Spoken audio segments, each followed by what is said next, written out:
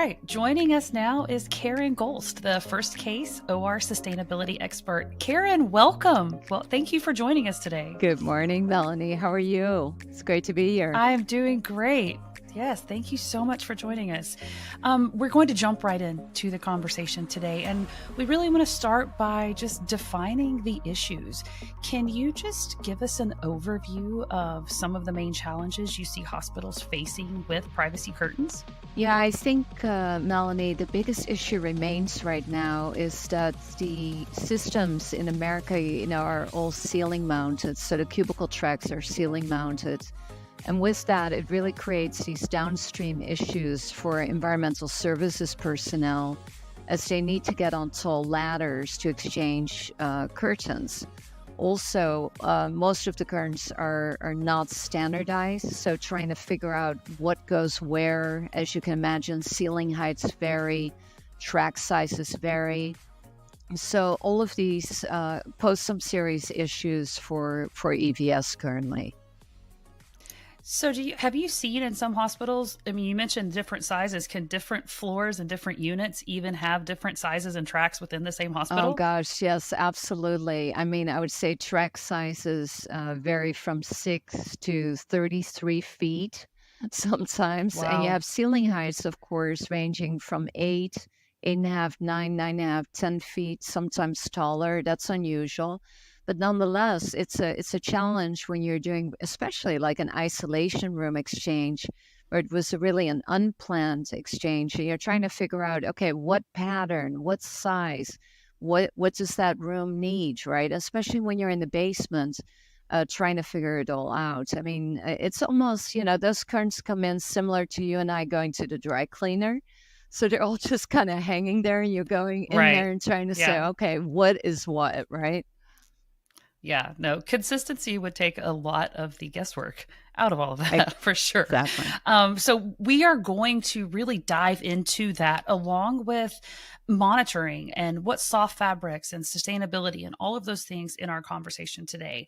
And in your expert series over the last year, because you've had 12 fantastic posts come out over this past year. And personally, as an OR nurse, every time I go into pre-op now, I see those curtains around our patients and I'm like, washing my hands after I touch that, and there's an awareness that we really need. I think we just overlook the curtain sometimes, but we don't need to. And this awareness is very key to make sure that we're not transmitting infection from the surfaces we touch. But soft, porous fabrics in patient zones, what infection risks do they pose? I mean, the infection risk really is considerable. A lot of people go, oh, we need more studies. Well, no, the reality is there are probably 14 to 15 that clearly spell it out. And specifically, it says a porous fabric in high-risk areas should just be not allowed anymore because these currents are rapidly contaminated after just 2 weeks in place.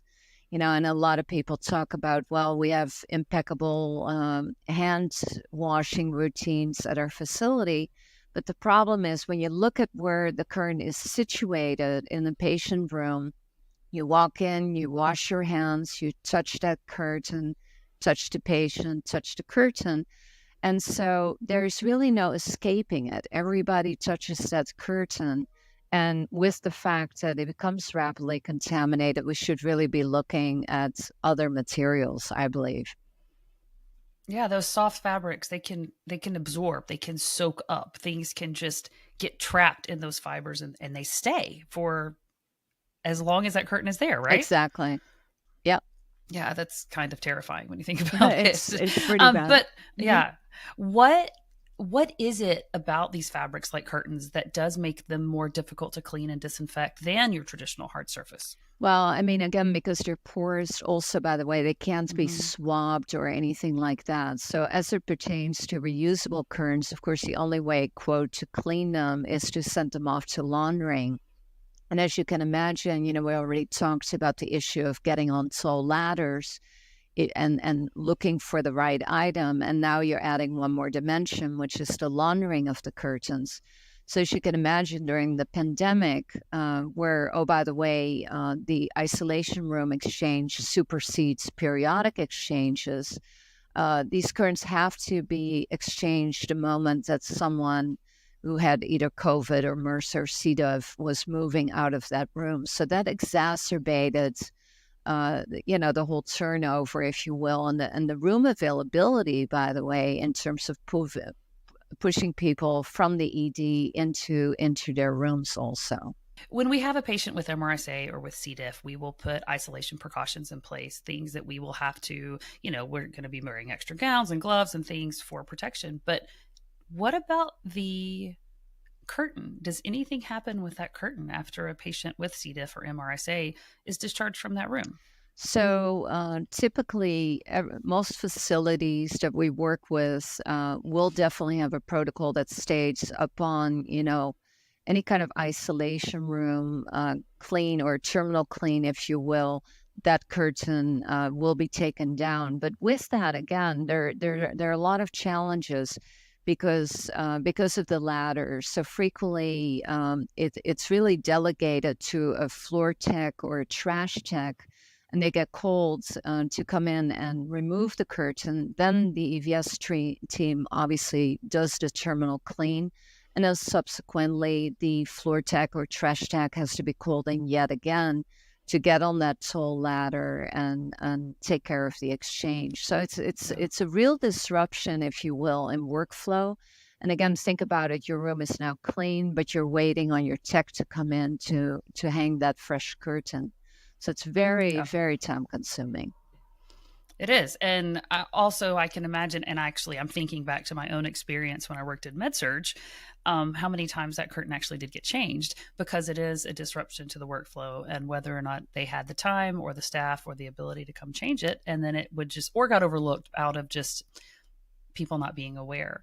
But there have to be alternative solutions. So, what could a hospital implement to this to make it better? Well, I mean, I think the first step is definitely to look at what we would call a no ladder solution.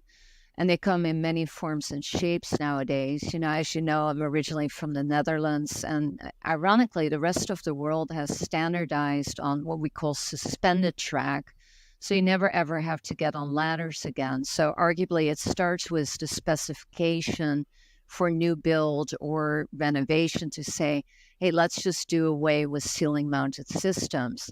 But if you're stuck with the ceiling mounted systems, there are obviously options available.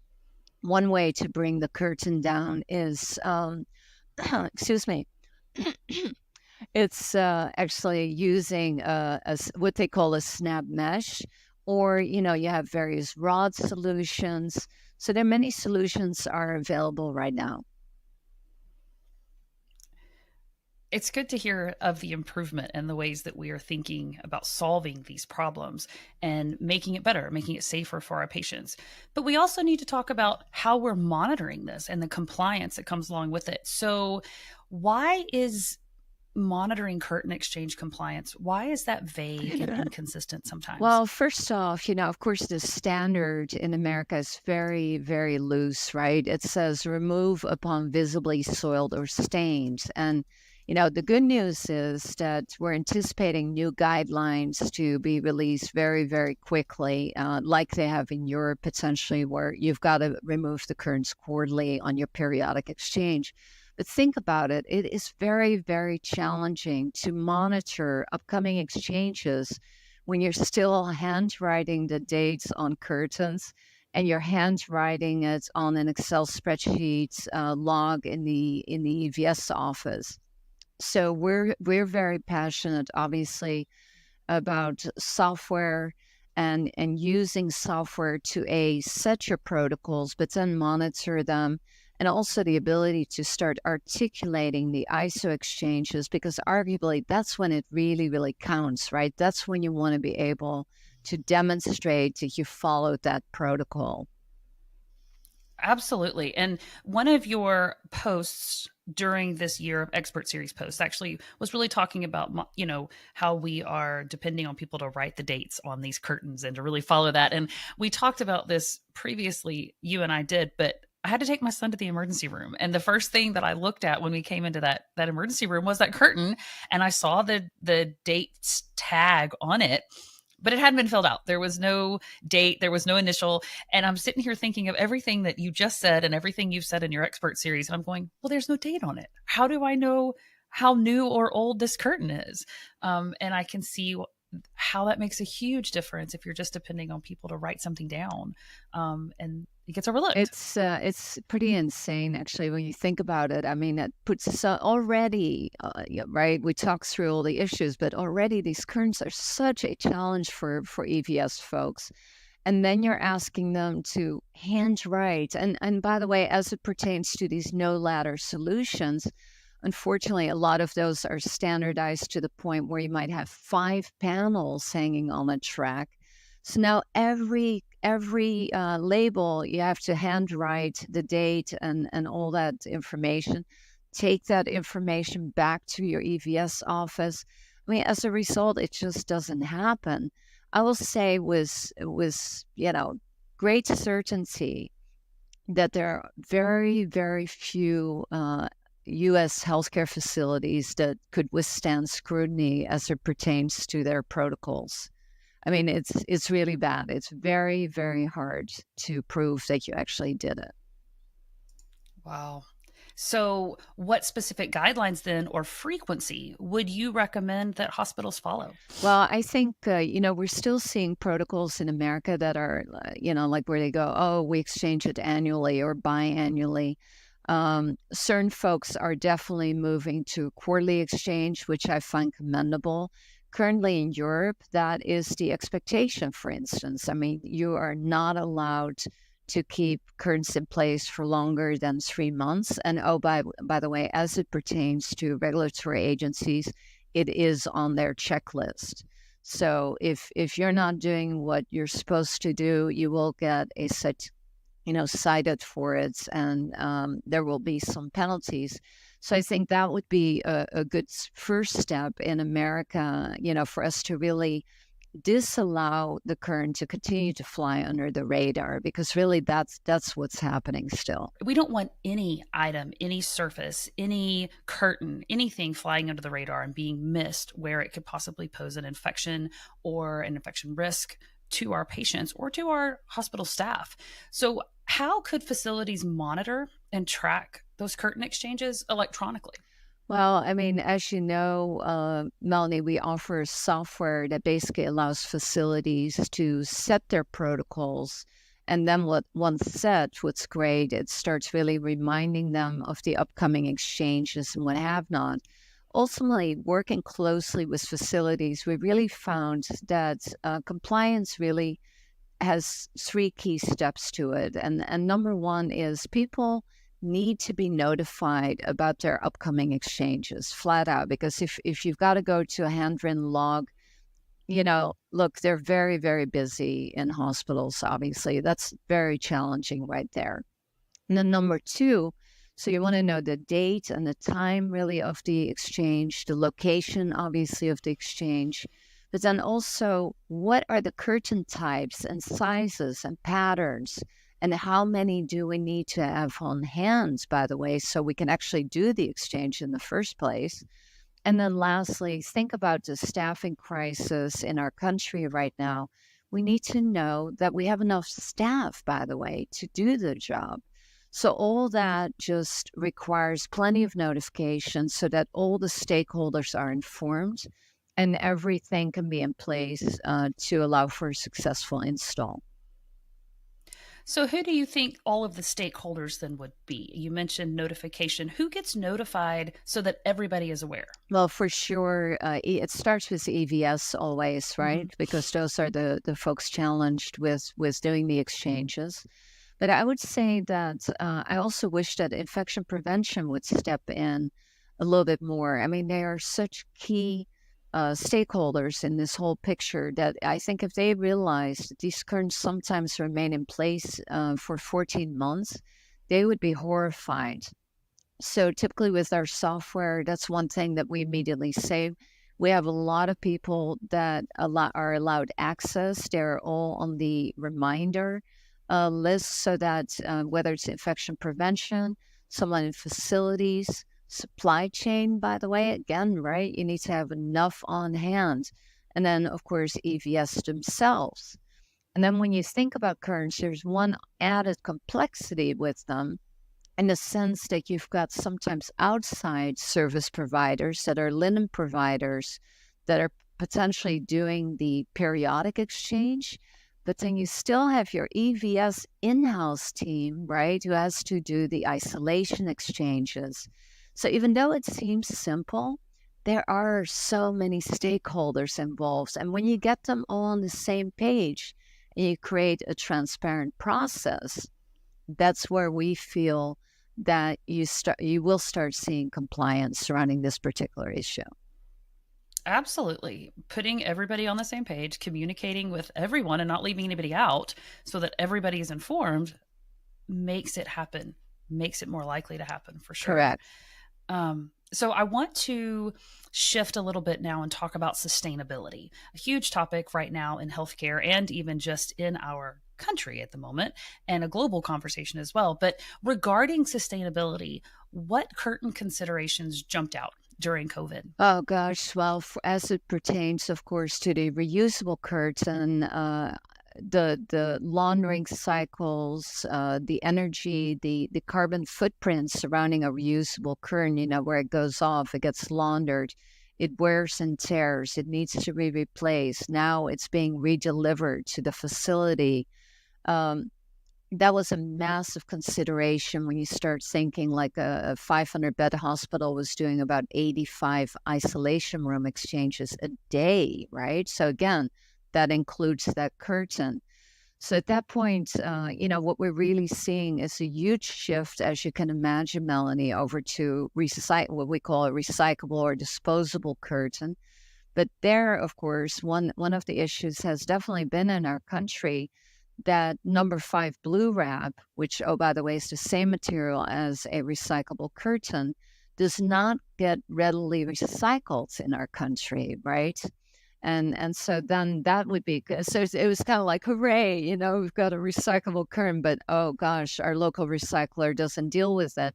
But then that's a bigger problem because, of course, as you know, that also pertains to face masks, gowns, CSR wrap.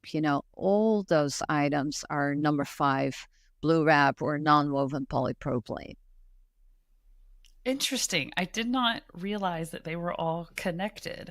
Um, that is very interesting. So, what recyclable curtain solution did hospitals turn to, and where did they fall short on that recycling? Well, it's again, Melanie, it's not so much that they fell short, rather that regionally in America we lack focus on recycling blue wrap, right? And that is an issue.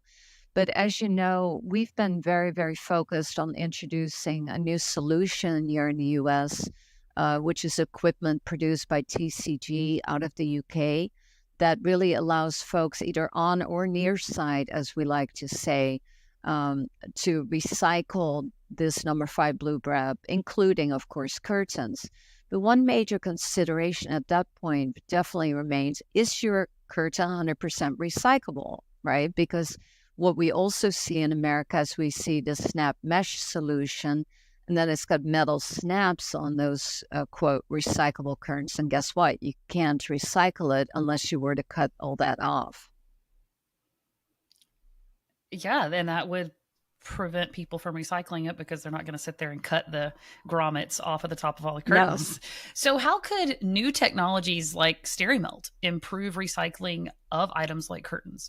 Well, it would be huge, Melanie, because what's so exciting is that the equipment is so easy to operate. It's basically like a walk-in refrigerator, small walk-in, and you have a chamber, and you just literally load the equipment. You come back 65 minutes later, and you've got these sterilized bricks that has condensed the material, by the way, by 85%. And what's so interesting is that the material per se is very, very desirable. So when you talk about a circular economy, I mean, you can, at that point, with the blocks, you can start creating, patient bedside trays or pans or what have you, and bring that material back into the supply chain. So Yeah, I mean, it's really amazing what the equipment can do. It's widely used throughout Northern Europe, especially in the UK. But it's a proven technology, and I think it would really solve a lot of issues in our country. I love that you can take it and turn it into something else useful rather than have it sitting in a landfill, or being burned with other hospital trash or whatever, and have your bedside table or your, over the bed tray made out of recyclable material. I think that is a wonderful sustainability goal for our healthcare system to reduce our waste for sure. So if you could provide like 1 to 2 key takeaways that you would want OR professionals or anyone in the healthcare system really to remember about curtains, what would those be? Well, I think the key things that come to mind are really, look, folks, it's a top high risk touch point. Would you want, your child to be in a room and in a compromised situation and see that the current hasn't been exchanged for 12 to 14 months? I think no, we'd be horrified, right? And then number two, I would say, look, it all starts with technology. I mean, there is no way to implement a successful protocol when you're a 1,000-bed hospital and you're still handwriting everything. So I think at bare minimum, remember it's a high risk touch point. Number two, please start monitoring it with software. And then thirdly, do your staff a favor and stop getting on ladders. And I think when I mean, Absolutely. And we have the technology available. I think definitely we can move away from writing things down in a notebook when we have so much technology available to help streamline this process and to help with the communication and the awareness of the issue. But where could someone turn to for more guidance if they were wanting to optimize their curtain program? well, Melanie, as always, anyone can reach out to us. We're as you are very much on LinkedIn, or go to our website at kleenedge.com and just fill out a quick contact us form. But what they'll find is that literally we could have them up and going with software in as little as 2 weeks. So it's a quick, easy tag and go solution where rather than writing down everything with a quick 2-second scan, you've documented everything you wanted to document and have all these reminders that we've spoken about. So it's super cost effective and easy to implement. And why keep writing with pen and paper, right?